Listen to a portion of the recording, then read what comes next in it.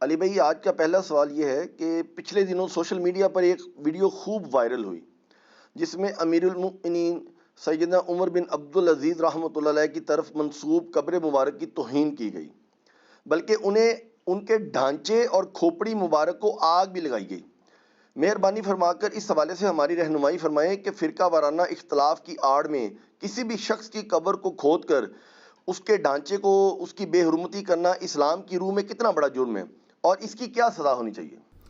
دیکھیں جی، سب سے پہلے تو میں کیٹاگوریکلی یہ سٹیٹمنٹ دوں گا کہ جن لوگوں نے بھی یہ حرکت کی ہے ان پہ اللہ کی لعنت، اللہ کے فرشتوں کی لعنت اور تمام لعنت کرنے والوں کی لعنت، جنہوں نے امیر المؤمنین خلیفۃ المسلمین سیدنا و مولانا عمر ابن عبدالعزیز رحمہ اللہ تعالی و رضی اللہ تعالی عنہ وعلیہ السلام کی قبر مبارک کی اس طریقے سے توہین کی۔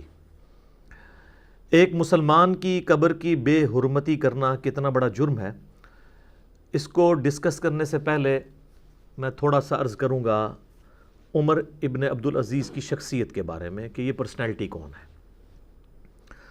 سنن نبی داؤد میں صحیح سند کے ساتھ یہ حدیث ہے، اور یہ حدیث المستدرک للحاکم میں بھی موجود ہے اور مشکات المصابیح میں بھی آپ کو کتاب العلم والے چیپٹر میں مل جائے گی، کہ اللہ کے محبوب صلی اللہ علیہ وآلہ وسلم نے فرمایا کہ اللہ تعالیٰ میری امت میں ہر 100 سال میں اس صدی کے کنارے کے اوپر ایک ایسا شخص مبعوث کرے گا جو میرے دین کی تجدید کر دے گا۔ دین کی تجدید سے مراد یہ ہے کہ دین میں جو علماء سوء کی وجہ سے بگاڑ آ چکا ہوگا یا حکمرانوں کی وجہ سے بگاڑ آ چکا ہوگا، اس سارے کی ریمیڈی وہ شخص کرے گا۔ ہر 100 سال میں کم از کم ایک ایسا شخص تو ضرور مبعوث ہوگا، اور الحمدللہ پوری امت کا اس پر اجماع ہے، اہل سنت ہوں، اہل تشیع ہوں، یا ان کے جتنے بھی آگے آف شوٹس ہیں، سب کے سب اس بات کے اوپر متفق ہیں کہ اس امت میں پہلی صدی کے کنارے پر اللہ تعالیٰ نے جو مجدد بنا کر مبعوث کیا وہ ہیں عمر ابن عبدالعزیز رحمہ اللہ تعالی و رضی اللہ تعالی عنہ وعلیہ السلام۔ یہ سارے دعائیہ کلمات ہیں جو ہم ان کے لیے کہہ رہے ہیں۔ رضی اللہ تعالی عنہ، اللہ تعالیٰ ان سے راضی ہو، علیہ السلام، اللہ کی سلامتی ہو ان پر، آمین۔ 99 ہجری میں خلیفہ بنے اور 101 ہجری میں آلموسٹ 2 سال کے بعد، 2.25 سال ان کا خلافت کا دور بنتا ہے، ایگزیکٹلی جتنا کہ سیدنا ابوبکر صدیق رضی اللہ تعالیٰ عنہ کا دور ہے۔ 38 سال کی عمر میں آل امیہ ہی نے انہیں زہر دے کر شہید کر دیا، صرف 38 سال کی عمر میں، 99 ہجری سے 101 ہجری تک، یعنی صدی کے کنارے کے اوپر آئے ہیں یہ۔ باقی ان کی جو پرسنالٹی کی جو خوبیاں ہیں، یہ کس طریقے سے حادثاتی طور پہ خلیفہ بن گئے اس پورے سسٹم میں سے، سلمان ابن عبد الملک کے دل میں کیا اللہ نے بار ڈالی، یہ ایک الگ سے ایک چیز ہے۔ اس کے اوپر آلریڈی میرا ایک کلپ ریکارڈڈ موجود ہے یوٹیوب پہ، آپ جا کے لکھیں آل امیہ کا دہشت گرد، یعنی ان کا پالتو دہشت گرد حجاج ابن یوسف۔ آپ یوٹیوب پہ لکھیں نا حجاج ابن یوسف اور ساتھ میرا نام لکھ دیں انجینئر محمد علی مرزا، تو وہ کلپ کھل جائے گا جس میں میں نے عمر بن عبدالعزیز کی پرسنالٹی کا تعارف، کس طریقے سے یہ حادثاتی طور پہ خلیفہ بنے اور کیا کیا انہوں نے دینی حوالے سے خدمات انجام دیں حکومتی لیول کے اوپر، وہ میں نے ساری ڈسکس کی ہیں۔ بہرحال مختصراً یہ یاد رکھیں کہ اہل سنت کے ہاں 6 لوگوں کو خلفائے راشدین میں سے شمار کیا جاتا ہے: سیدنا ابوبکر، سیدنا عمر، سیدنا عثمان، سیدنا علی، سیدنا حسن ابن علی، یہ 5 کنزیکٹیو، اور 6ٹھے خلیفہ سیدنا عمر ابن عبدالعزیز رضی اللہ عنہم اجمعین وعلیہم السلام اجمعین۔ اور پلس ان کو ایک یہ بھی فضیلت حاصل ہے کہ یہ مجدد بھی ہیں پہلی صدی کے۔ امت میں 2 ہی مجدد ہیں جن کے اوپر امت متفق ہے، ایک پہلا مجدد اور ایک آخری امام محمد بن عبداللہ المہدی، اور پہلے عمر بن عبدالعزیز۔ باقی بیچ میں ہر فرقے کے اپنے اپنے مجدد ہیں، ان پہ بحث کرنے کی ضرورت نہیں ہے، اور تھوک کے حساب سے مجددین پائے جاتے ہیں۔ لیکن یہ ایک ایسی پرسنالٹی ہیں کہ جن کے اوپر امت نے اتفاق کیا کہ یہ خلفائے راشدین میں سے ہیں، سیدنا عمر فاروق رضی اللہ تعالیٰ عنہ کی اولاد میں سے ہیں اور آل امیہ میں سے ہیں۔ اللہ تعالیٰ نے اس شر میں سے بھی خیر نکالا، اور یہ اتنا بڑا خیر ہے کہ جب بنو عباس نے دوسری صدی ہجری کے اندر حکومت سنبھالی تو انہوں نے اپنی اس دشمنی کے اندر بنو امیہ کے جتنے حکمران تھے نا، ان کی لاشوں کو قبروں سے نکال کرنا ٹانگا اور آگ لگائی۔ لیکن بنو عباس کے لوگوں میں بھی یہ غیرت تھی کہ انہوں نے بنو امیہ کے 2 خلفاء کی لاشیں نہیں نکالی قبروں سے۔ نمبر 1 سیدنا عثمان ابن عفان اور نمبر 2 سیدنا عمر ابن عبدالعزیز۔ تو بیچ میں جتنے بھی ہیں نا نام لیے بغیر، ساروں کی انہوں نے لاشیں ٹانگی، صرف ایک بندے کی لاش سلامت نکلی تھی، باقی کسی کی لاش بھی سلامت نہیں نکلی، ساروں کے ڈھانچے ہی نکلے تھے۔ آپ کہتے رہے محمد کے غلاموں کا کفن میلا نہیں ہوتا، یہ آپ کہانی لوگوں کو بے شک کرواتے رہے۔ انبیاء والا پروٹوکول غیر انبیاء کے لیے ماننا یہ مشکل کام ہے۔ ہاں کسی کو مل جائے ولادہ بات ہے، وہ میں بتا بھی دوں گا، بعض لوگوں کو اللہ نے دیا بھی ہے غیر نبی ہونے کے باوجود۔ تو انہوں نے بھی اتنی رسپیکٹ کی عمر بن عبدالعزیز رحمہ اللہ تعالیٰ کی کہ ان کی قبر سے ان کی لاش کو نہیں نکالا۔ تو میرے بھائی بنو عباس نے اس وقت یہ کام نہیں کیا، اور بنو عباس شیعان علی کی وجہ سے حکومت میں آئے تھے، ان کی سپورٹ کی وجہ سے۔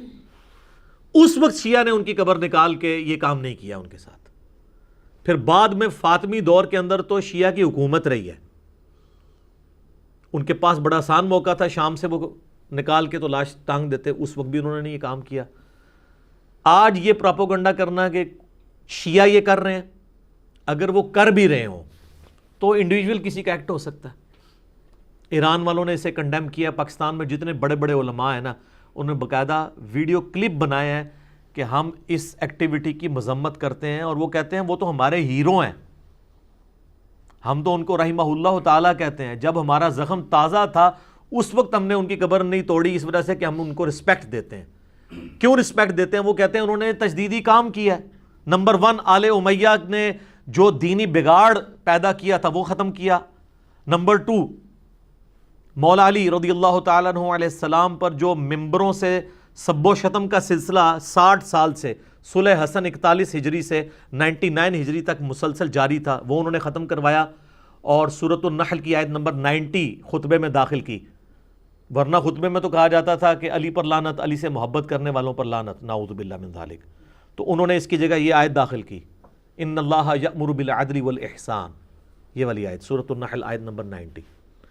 اور نمبر 3 انہوں نے جاگیر فدق جو تھی وہ حکومتی تحویل سے آل فاطمہ کو دے دی،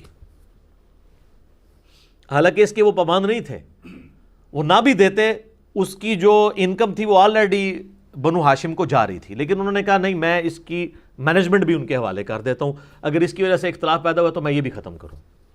تو شیعہ تو اس لیے ان کو بہت رسپیکٹ دیتے ہیں۔ باقی اگر انڈیویجولی کوئی یہ کرتا ہے تو اس کا اپنا ایکٹ ہے۔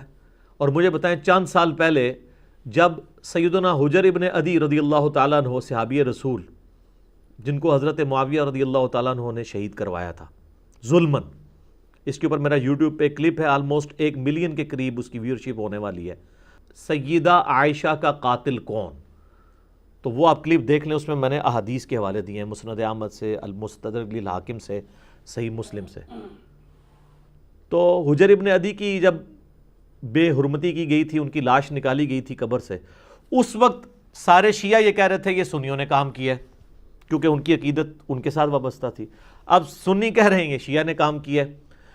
جو یہ حرکتیں کرتے ہیں نا، یہ سنی شیعہ نہیں ہوتے ہیں، یہ ہوتے ہیں دہشت گرد اور فرقہ باز لوگ۔ جب سنی اور شیعہ کے بڑے بڑے علماء ان سے اعلان برات کر دیں تو نچلے لوگوں کو نہیں لڑنا چاہیے ان باتوں کے اوپر۔ کافر یہی چاہتے ہیں کہ مسلمان آپس میں ان باتوں کے اوپر لڑتے رہیں۔ ان لوگوں کا کوئی مسلک نہیں ہوتا۔ اسلام میں تو اس چیز کی اجازت نہیں کسی کے نزدیک بھی کہ مرنے کے بعد اس کی لاش کو اس طریقے سے اکھاڑا جائے اور اس کی بے حرمتی کی جائے۔ لہٰذا ان لوگوں کا کسی مکتب فکر کے ساتھ تعلق نہیں ہے، نہ اس کو جوڑنے کی کوشش کی جائے، ادروائز پھر مسلمان اسی بات کے اوپر لڑتے رہیں گے۔ تو شیعہ جب ان کو اتنی رسپیکٹ دیتے ہیں کہ جی انہوں نے مولا علی پر سب و شتم ختم کروایا، اور میں یہ کہتا ہوں کہ میں یہ اکثر، یہ میرا گولڈن کوٹ ہے، یہ گولڈن کوٹ جب میں بولتا ہوں کہتا ہوں میرا، اس سے مراد میں اپنی تعریف نہیں کر رہا ہوتا، میں اس جملے کی لذت لے رہا ہوتا ہوں کہ سیدنا عمر ابن عبدالعزیز کی قیامت والے دن بخشش کے لیے صرف ایک عمل ہی کافی ہے کہ انہوں نے مولا علی رضی اللہ تعالیٰ عنہ وعلیہ السلام، داماد رسول، اللہ کے اولیاء کے سردار کے اوپر سب و شتم ممبروں سے ختم کروایا۔ عمر بن عبدالعزیز اپنے نامہ اعمال میں یہی ایک نیکی لے جائے نا کہ میں نے تیرے محبوب ترین بندے پر جو 60 سال سے سب و شتم ممبروں پر ہو رہا تھا میں نے ختم کروایا، تو اس کے بعد ان کے کسی نیک عمل کی ضرورت ہی نہیں۔ یہ میرا حسن ظن ہے عمر بن عبدالعزیز کے بارے میں۔ اور وہ ایسا فتنہ دبا کہ آج بھی ناسبی موجود ہیں دنیا میں، اعلانیہ مولا علی کی مخالفت نہیں کرتے، ایسا فتنہ کچل دیا سیدنا عمر ابن عبدالعزیز نے۔ اچھا، جو لوگ جو ہے نا وہ آل امیہ کی بڑی طرفداری کرتے ہیں نا، اور عمر بن عبدالعزیز کی تعریف بھی کرتے ہیں، کہتے ہیں جی عمر بن عبدالعزیز بھی تو آل امیہ میں ہیں اور عثمان ابن عفان بھی ہیں، تو میرے بھائی یہ تو آپ اسی طریقے سے کہہ رہے ہیں کہ آل فرعون میں تو موسیٰ بھی آتے ہیں، موسیٰ کی پرورش علیہ السلام کی فرعونیوں میں ہوئی ہے، تو یہ اسی طریقے سے ہیں۔ ان دو پرسنالٹیز کے پیچھے آپ آل امیہ کی غلط کاریوں کو چھپا نہیں سکتے۔ پھر ہمارا ایک معصومانہ سوال ہے کہ آپ بھی مانتے ہیں، ہم بھی مانتے ہیں، سنی بھی مانتے ہیں، شیعہ بھی مانتے ہیں کہ عمر بن عبدالعزیز اسلام کے پہلے مجدد ہیں۔ ہمارا معصومانہ سوال ہے کہ عمر بن عبدالعزیز نے کون سی دینی تجدید کی ہے، وہ بتا دیں۔ انہوں نے آپ کو کرکٹ کا ورلڈ کپ جتایا ہے یا ہاکی کی چیمپئنز ٹرافی جتائی ہے، وہ ذرا بتائیں کہ اس کے اندر کیا قیامت مضمر ہے کہ وہ تجدیدی کارنامہ کون سا ہے۔ جب آپ یہ بات کریں گے تو پتہ چل جائے گا تجدیدی کارنامہ یہ ہے کہ حکومت اور دین الگ ہو چکے تھے، انہوں نے اس کو ایک کیا۔ خلفاء نے جو ہے وہ بیت المال کو اپنی ذاتی جاگیر بنا لیا تھا، اور کاٹ کھانے والی ملوکیت کا حال یہ تھا کہ اپنے دشمنوں کو قتل کروا دیا جاتا تھا، مولا علی کے اوپر سب و شتم کروایا جاتا تھا ممبروں سے۔ اور یہ تو تاریخ الخلفاء میں عمر بن عبدالعزیز کے چیپٹر میں جلال الدین سیوطی المتوفیٰ 911 ہجری نے خود نقل کیا ہے کہ عمر بن عبدالعزیز نے یہ سب و شتم ختم کروا کے سورۃ النحل کی آیت نمبر 90 خطبے کے اندر داخل کی ہے۔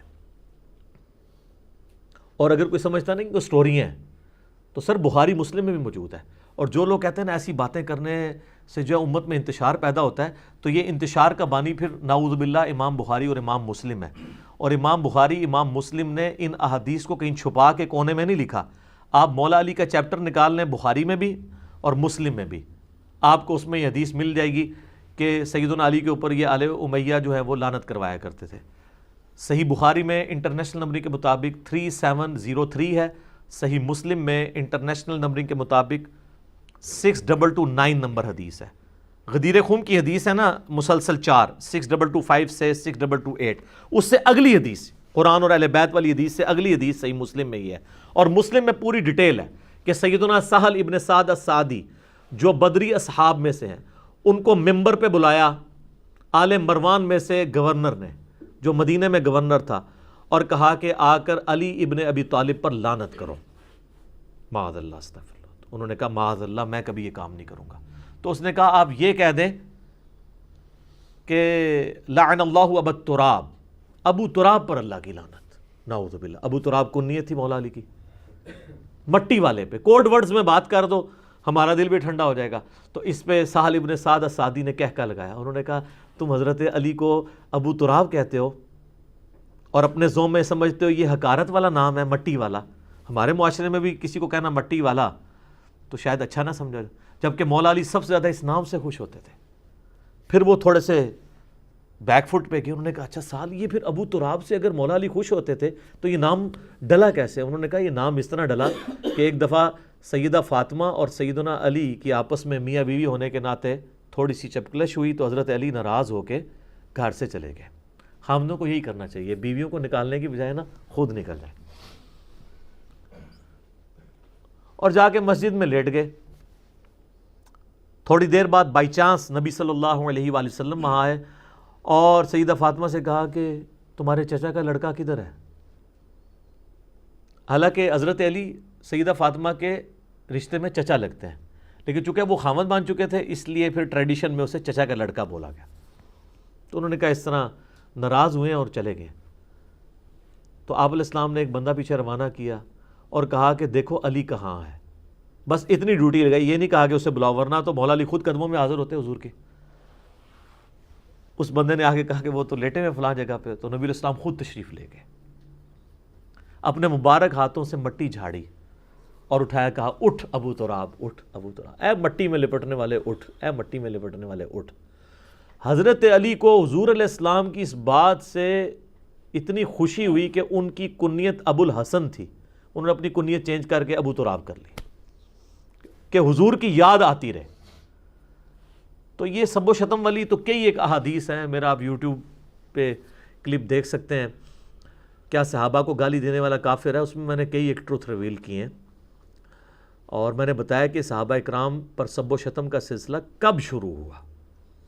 آج اس ڈیٹیل میں جانے کی مجھے ضرورت نہیں ہے، البتہ میں نے ایک ریسرچ پیپر اس پہ لکھ دیا ہے، میں ضرور اس کا تعارف کرواؤں گا. یہ میرا ریسرچ پیپر ہے 5B، واقعہ کربلا کا حقیقی پس منظر 72 صحیح الاسناد احادیث کی روشنی میں، جس میں میں نے 200 احادیث اکثر بخاری اور مسلم سے جمع کیے ہیں، اور ادر دین بخاری اور مسلم کے اوپر دور حاضر کے بڑے بڑے محدثین کی تحکیم لگائی ہے، شیخ البانی کی، شیخ زبیر لیزئی کی، شیخ شعیب آرناؤت کی رحمہم اللہ اجمعین، اور باقی بڑے محدثین کی.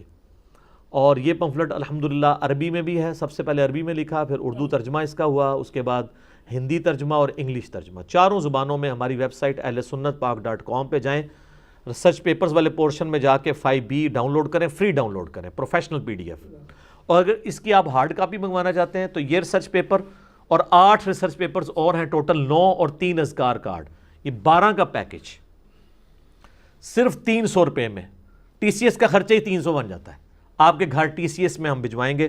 صبح 9 سے لے کے شام 5 بجے تک روزانہ ہمارا فون کھلا ہوتا ہے. +923215900162. پاکستان میں کریں گے تو 032159000162. واٹس ایپ کال نہیں آپ نے کرنی ہے، اگرچہ واٹس ایپ ہے اس کے اوپر لیکن وہ انٹرٹین نہیں ہوتا، کال ہی آپ کو کرنی ہوگی. اور آپ کے گھر یہ ڈاک آ جائے گی، آپ اس کو پڑھیں. ویسے تو PDF کا دور ہے، آپ ڈاؤن لوڈ کر کے پڑھیں تو انشاءاللہ تعالیٰ آپ کو سارے حقائق پتہ چل جائیں گے. اب وہ آج اس ڈیٹیل میں جا نہیں سکتا ورنہ بہت زیادہ ٹائم لگ جائے گا. چونکہ میں آج عمر بن عبدالعزیز کو ڈسکس کر رہا ہوں، تو یہ شخصیت وہ ہیں جن کے بارے میں سنن نسائی میں ایک بڑی زبردست حدیث ہے. حضرت انس ابن مالک جنہوں نے 10 سال نبی علیہ السلام کو وضو کروایا اور آپ کی وفات کے بعد 82 سال تک زندہ رہے اور 93 ہجری میں فوت ہوئے. جب مدینے کے گورنر بنائے گئے نا عمر بن عبدالعزیز، تو یہ خود مسجد نبوی میں نماز پڑھایا کرتے تھے، تو انس ابن مالک ان کے پیچھے نماز پڑھا کرتے تھے. سنن نسائی کے الفاظ ہیں، وہ کہتے ہیں کہ واللہ میں نے کئی سالوں کے بعد کسی ایسے شخص کے پیچھے نماز پڑھی ہے جو ہمیں ویسی نماز پڑھاتا ہے جیسا کہ نبی صلی اللہ علیہ وآلہ وسلم پڑھا کرتے تھے. یہ انس ابن مالک کہہ رہے ہیں کہ عمر بن عبدالعزیز وہ نماز ہمیں پڑھا رہا ہے، اور کتنے عرصے کے بعد. اس کا مطلب ہے نمازوں کا بھی بگاڑ آ گیا ہوا تھا. ابو داؤد اور ترمذی کے اندر حدیث موجود ہے کہ میرے بعد خلافت علی منہاج النبوہ 30 سال تک رہے گی. یہ حضور کے آزاد کردہ غلام سفینہ روایت کر رہے ہیں.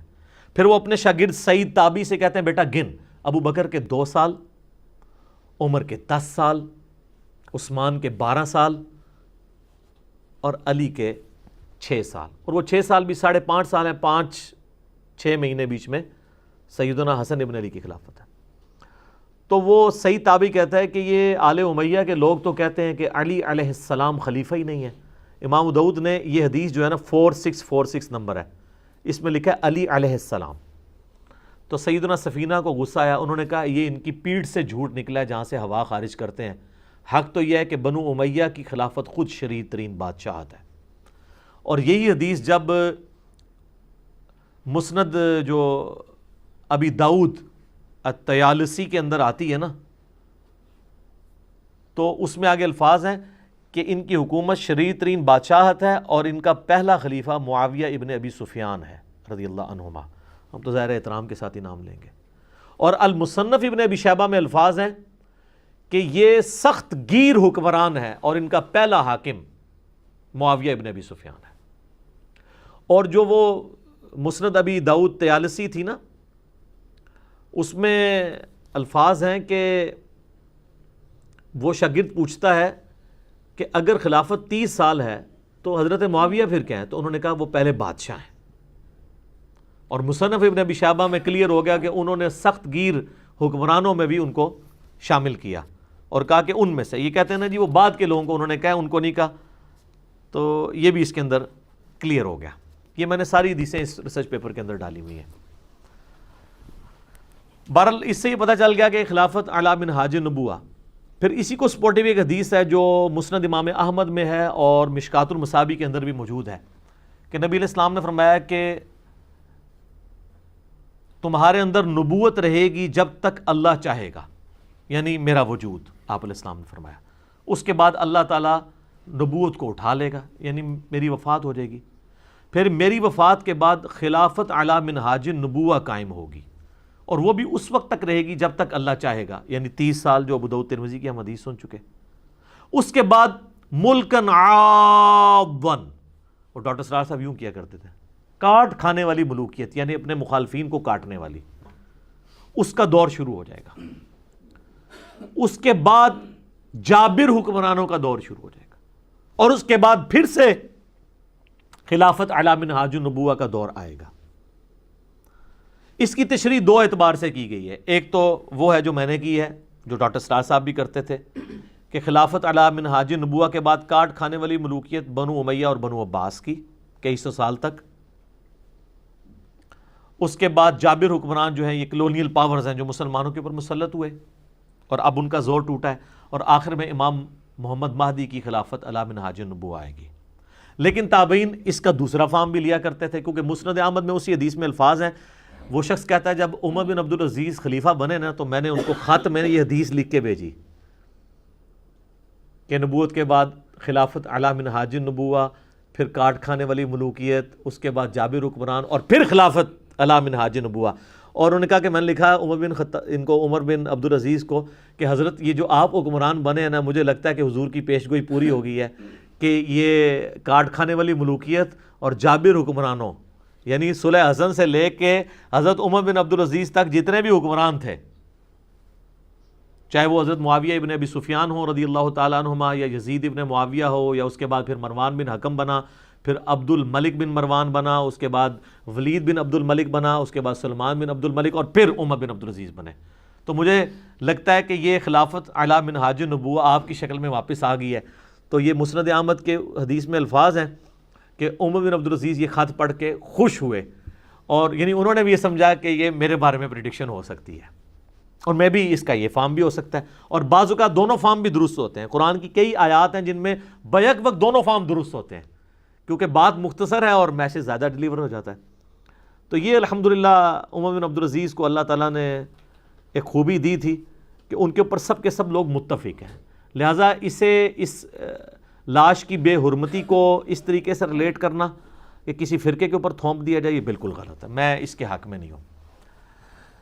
ہمیں چاہیے کہ جو وہ ٹپیکل لوگ ہیں ان کو کنڈیم کریں. اگلے دنوں ایک عرب ٹی وی کے اوپر میں ایک بندے کی بات سن رہا تھا, اس نے اپنے چہرے کے اوپر نقاب کیا ہوا تھا, یا وہ بلر کی ہوئی تھی ویڈیو. وہ کہہ رہا تھا میں سنی ہوں اور میں نے شام کے اندر خود کئی ایک مسجدیں شہید کی ہیں بم مار کے, جن کے نام ابو بکر, عمر, عثمان و علی کے اوپر تھے. علی کو تو اس نے ذکر نہیں کیا, ابو بکر, عمر, عثمان پہ تھے, تاکہ ہم شام میں رہنے والے سنیوں کو شیعہ کے خلاف جنگ کے اوپر آمادہ کر سکیں. کہتا میں ہے سنی ہوں, توڑی ہم نے تھی مسجدیں. یعنی وہ جیسا کہ بخاری مسلم میں حدیث ہے نا کہ جنگ دھوکے کا نام ہے, اس کی غلط انٹرپریٹیشن اس نے کر دی کہ اب ابو بکر, عمر, عثمان کے نام کے اوپر جب مسجدیں ٹوٹیں گی تو اس سے غصہ کسے آئے گا؟ اہل سنت کو. تو وہ پھر شیعہ کے خلاف لڑنے کے لیے ہمارے ساتھ شامل ہو جائیں گے. یہ سب کی سب پولیٹیکل گیمز ہو رہی ہوتی ہیں. جب ان کے علماء کنڈیم کر دیں پھر اس طرح کے معاملات کو کسی ایک مکتب فکر کے اوپر تھوپنا یہ غلط ہے, اور نہ یہ کسی کے نزدیک جائز ہے. میں آپ کو کہتا ہوں آپ ایون شیعہ علماء سے یہ فتویٰ لینا کہ کیا یزید کی قبر اکھاڑنی چاہیے, وہ کہیں گے نہیں, وہ اپنے جام کو پہنچ چکا ہے. نہیں, اس طریقے سے کوئی بھی قائل نہیں کسی چیز کا. خام خواہ کسی کے ساتھ منسوب کرنا یہ غلط ہے. حجر ابن عدی کی قبر نکالی گئی, ان کا جسم مبارک کی توہین کی گئی, تو شیعہ نے کہنا شروع کر دیا سنیوں نے, بھئی یہ ایسے لوگ سنی ہونے کے قابل ہی نہیں ہیں. وہ انڈیویجول کسی کا ایکٹ ہو سکتا ہے, آپ پورے کے پورے مکتب فکر کو اس کے اندر گھسیٹیں، یہ بہت سخت زیادتی ہے، اور یہی کافر چاہتے ہیں کہ آپ انہی سازشوں کا شکار رہیں اور ایک دوسرے کے خلاف جو ہے وہ لڑتے بھڑتے رہیں، ایک دوسرے کو قتل کرتے رہیں۔ یہ بالکل غلط ایٹیچیوڈ ہے۔ اب آ جائیں کہ قبر مسلم کی جو حرمت ہے، تو میرے بھائی صحیح مسلم میں حدیث ہے، اللہ کے محبوب صلی اللہ علیہ وآلہ وسلم نے فرمایا کسی شخص کا قبر پہ بیٹھنا، اور اس میں الفاظ مسلمان یا غیر مسلم کے قبر کے نہیں ہیں، لیکن یہ موسٹ پروبیبل مسلم کی قبر کا ذکر ہو رہا ہے۔ قبر پر بیٹھنا یہ اس سے بڑا جرم ہے، اس سے بڑی تکلیف دہ چیز ہے کہ کوئی شخص آگ کے انگاروں پر بیٹھے جو انگارے اس کے کپڑوں اور جلد کو بھی جلا دے۔ یعنی کسی کو آگ پہ بٹھایا جائے، اس کے کپڑے بھی جل جائیں، اس کی جلد بھی جل جائے، تو اس کا عذاب کم ہے، اور قبر پہ بیٹھنے والے کو جو قیامت میں عذاب ہوگا وہ اس سے زیادہ ہو رہا ہوگا۔ پھر صحیح مسلم میں حدیث ہے، نبی علیہ السلام نے فرمایا قبروں پہ مت بیٹھو اور نہ ان کی طرف رخ کر کے نماز پڑھو۔ پھر صحیح مسلم میں ایک حدیث ہے، نبی علیہ السلام نے فرمایا میں تمہیں منع کرتا ہوں 3 کاموں سے، قبروں کو پکا کرنے سے، قبروں پر بیٹھنے سے، ڈائریکٹ بھی بیٹھنا منع ہے اور مجاور بن کے بیٹھنا بھی منع ہے، اور قبروں پر عمارت بنانے سے، اس سے بھی منع کرتا ہوں۔ اب یہ حدیثیں ہم بیان کریں گے تو لوگ کہتے ہیں جی پھر آپ لوگ مزارات کے خلاف بول رہے ہیں، چونکہ آپ مزارات کے خلاف بولتے ہیں اس لیے تو پھر وہ لوگ قبروں کی توہین کرتے ہیں۔ ہم نے قبروں کے خلاف کبھی کوئی بات نہیں کی ہے، مزارات سے اس لیے کر رہے ہیں کہ نبی علیہ السلام نے منع فرمایا۔ پھر وہ فوراً گنبد خضرا کی مثال دیں گے۔ میرے بھائی گنبد خضرا کیا صحابہ تابعین تبع تابعین نے بنوایا؟ گنبد بنانے کی ٹیکنالوجی قبل از مسیح تھی، بڑے بڑے کلیسا بنے ہوئے تھے نبی علیہ السلام کی پیدائش سے بھی پہلے۔ صحابہ اکرام کو رومنز سے آج کے بلینز آف ڈالر جزیہ ملتا تھا، ان کے لیے ایک سونے کا گنبد بنا کے قبر رسول پہ حجرہ عائشہ سلام اللہ علیہا کی چھت کے اوپر رکھنا کوئی مشکل کام تھا؟ جبکہ صحابہ کی زندگیوں میں عبد الملک بن مروان جب خلیفہ بنا، ہزاروں صحابہ زندہ تھے، اس نے ڈوم آف دا راک، یہ قبۃ الصخرہ جو گولڈن ڈوم ہے یروشلم میں، جس چٹان سے نبی علیہ السلام معراج کے لیے تشریف لے گئے تھے، اس کے اوپر وہ جو گنبد رکھا ہوا ہے جسے لوگ اکثر مسجد اقصیٰ سمجھ رہے ہوتے ہیں، مسجد اقصیٰ سامنے ہے، وہ ڈوم آف دا راک جو ہے، قبۃ الصخرہ، چٹان کا قبہ، وہ عبد الملک بن مروان نے رکھا تھا۔ تو اگر وہ رکھ سکتا تھا تو قبر رسول کے اوپر نہیں رکھ سکتا تھا؟ وہ نہیں رکھا۔ یہ تو 650 سال کے بعد ایک فاطمی شیعہ بادشاہ تھا، اس نے منت مانی تھی، لکڑی کا گنبد جو ہے اس نے پکڑ کے تو روضہ شریف کے اوپر رکھ دیا۔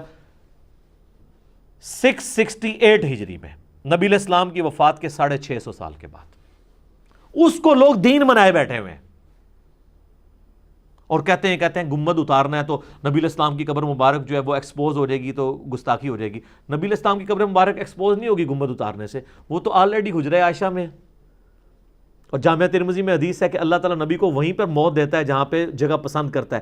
اسی کے تحت سیدنا ابوبکر کا یہ فتویٰ تھا، ان کا ایکسپرٹ اوپینین تھا کہ نبی علیہ السلام جس چارپائی پہ فوت ہوئے ہیں اس کے نیچے ان کی قبر نکالی جائے، اور وہ حجرہ عائشہ یہ آپ کی جو ہے وہ مزار وہاں پہ بن گیا، اس اعتبار سے کہ آپ کے روضہ شریف بنا، مزار تو نہیں بنا۔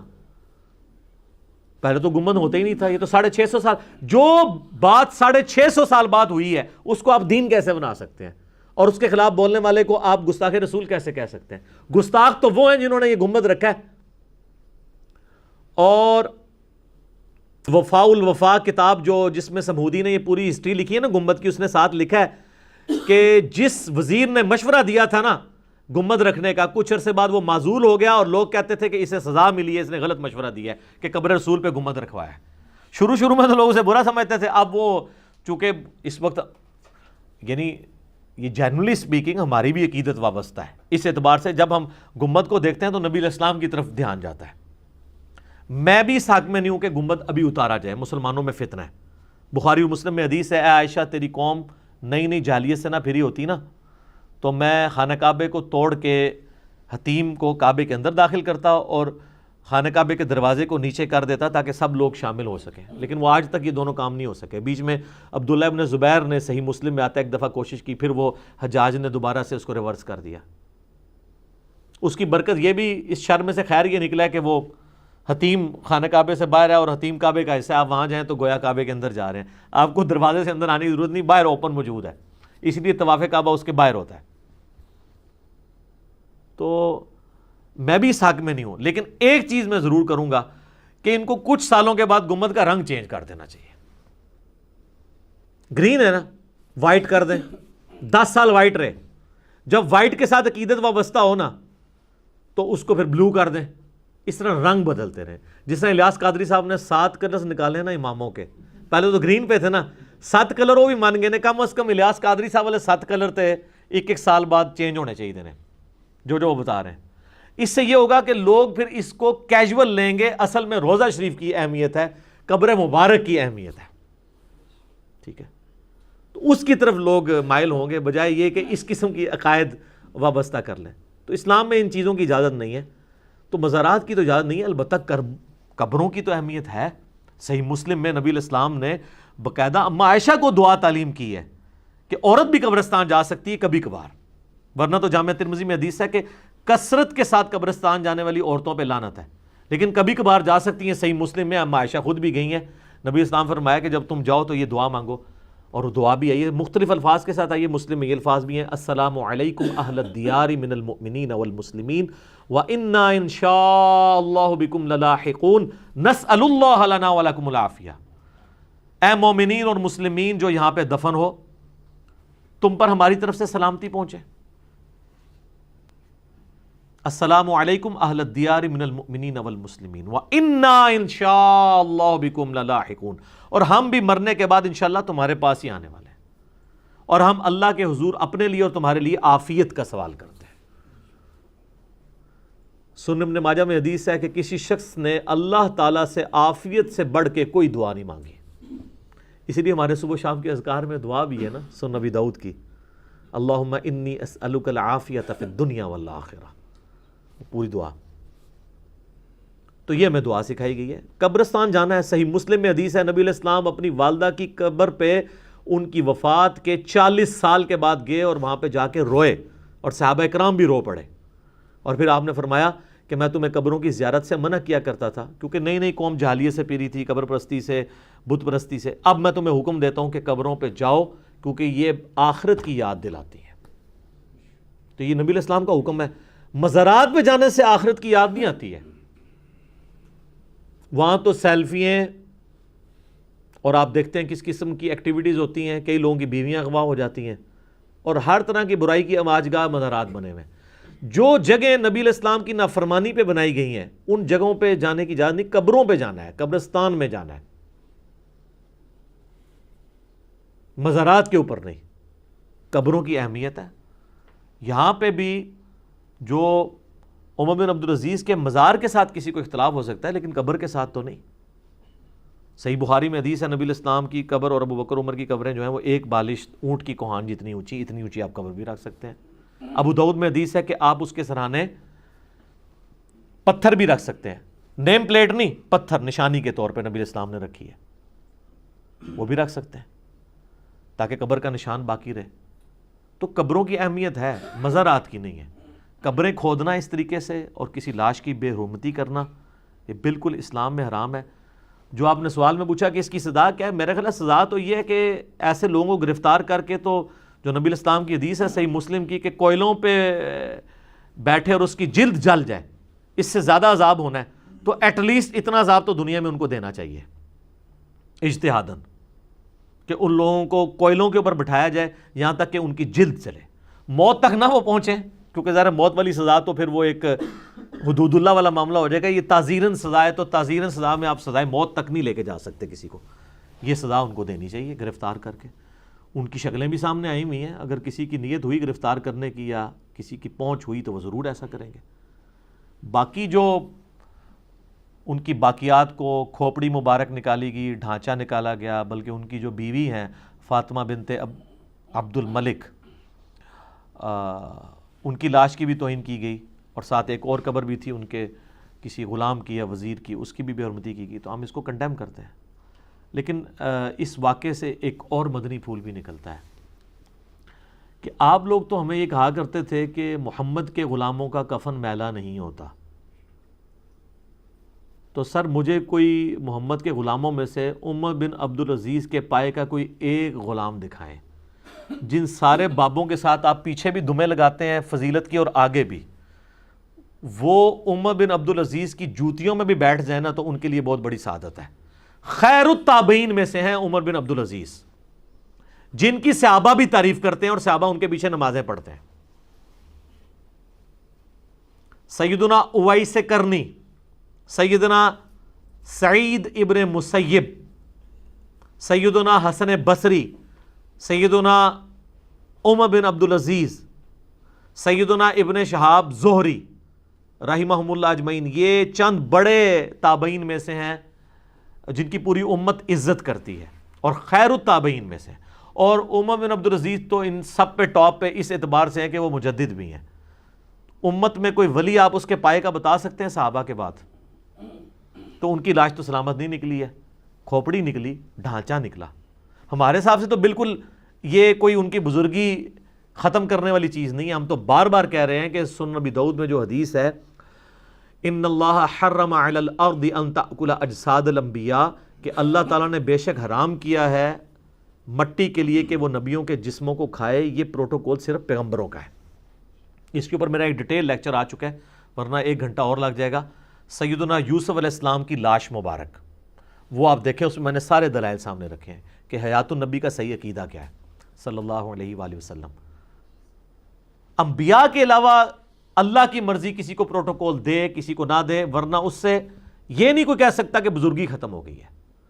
حمزہ ابن عبد المطلب جو اللہ اور اس کے رسول کے شیر ہیں، ان کی تو لاش کا مسئلہ کیا ہے کافروں نے.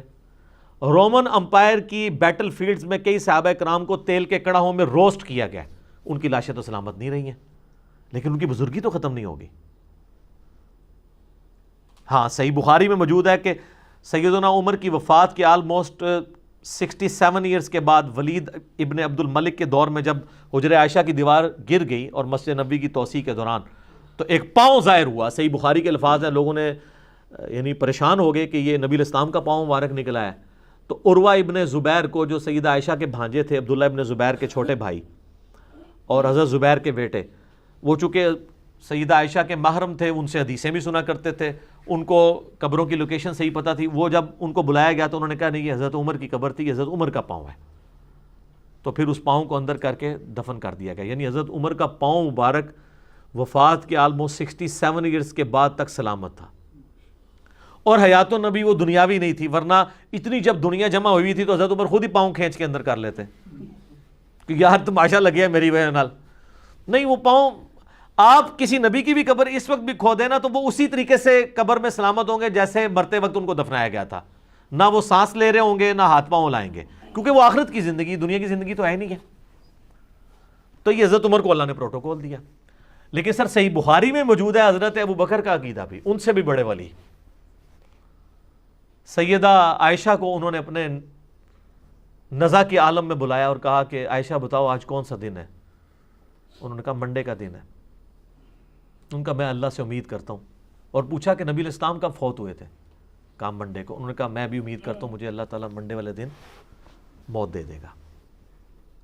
پھر پوچھا نبی الاسلام کی وفات 63 سال میں؟ انہوں نے کہا ہوئی. تو کہا میری عمر کتنی ہے؟ کہا 63 سال. تو انہوں نے ریزیمبلنس کی کہ میں بھی اب قریب ہوں. بال اس میں آگے الفاظ ہیں کہ وہ پھر سوموار کو نہیں فوت ہوئے بلکہ سوموار اور منگل کی درمیانی رات یعنی منگل میں فوت ہوئے. تو اس میں میرا کلپ بھی ہے، سیدنا ابو بکر کا علم غیب، امت کے سب سے بڑے ولی کا علم غیب. ان کی امید یہ تھی کہ میں سوموار کو فوت ہوں گا، لیکن وہ فوت ہوئے منگل کو. اس میں پھر انہوں نے یہ پوچھا کہ بیٹا یہ بتاؤ کہ حضور علیہ السلام کو کتنے کپڑوں میں دفنایا گیا تھا؟ ان کا 3 کپڑوں میں.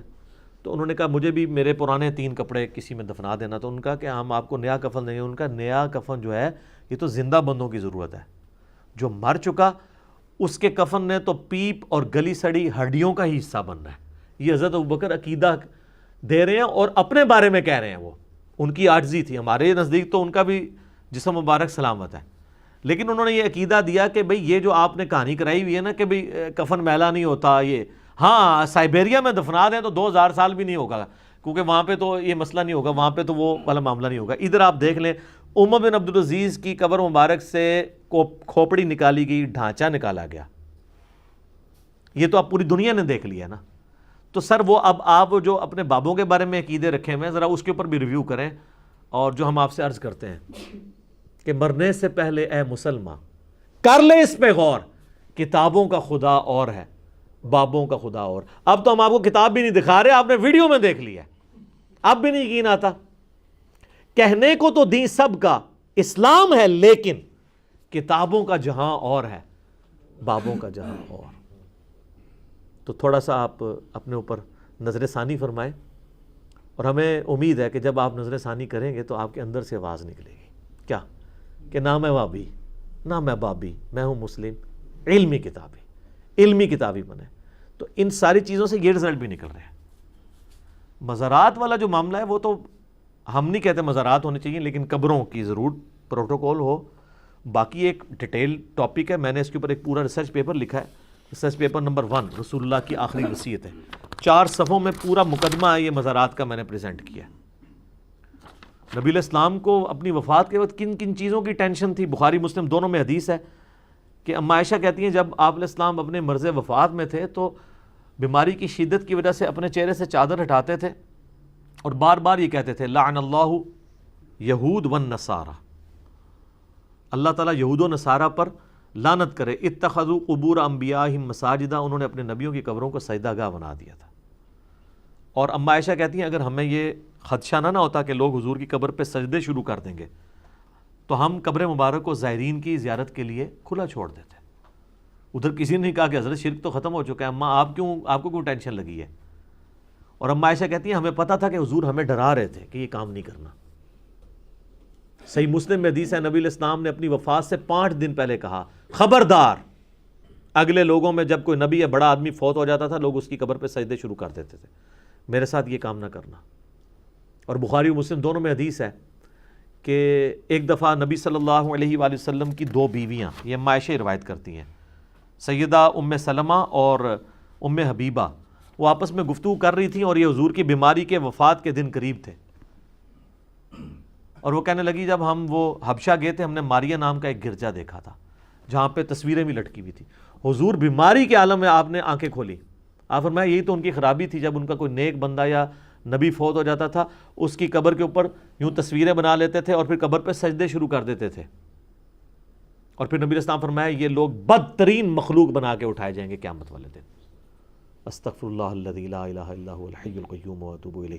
نبی علیہ السلام کی دعا ہے مسند امام احمد میں، اللہم لا تجعل قبری وثنا یعبد، اے اللہ میری قبر کو بت نہ بننے دینا کہ لوگ اسے پوجنا شروع کر دیں۔ حضور نے اپنی قبر کو بت کہہ دیا،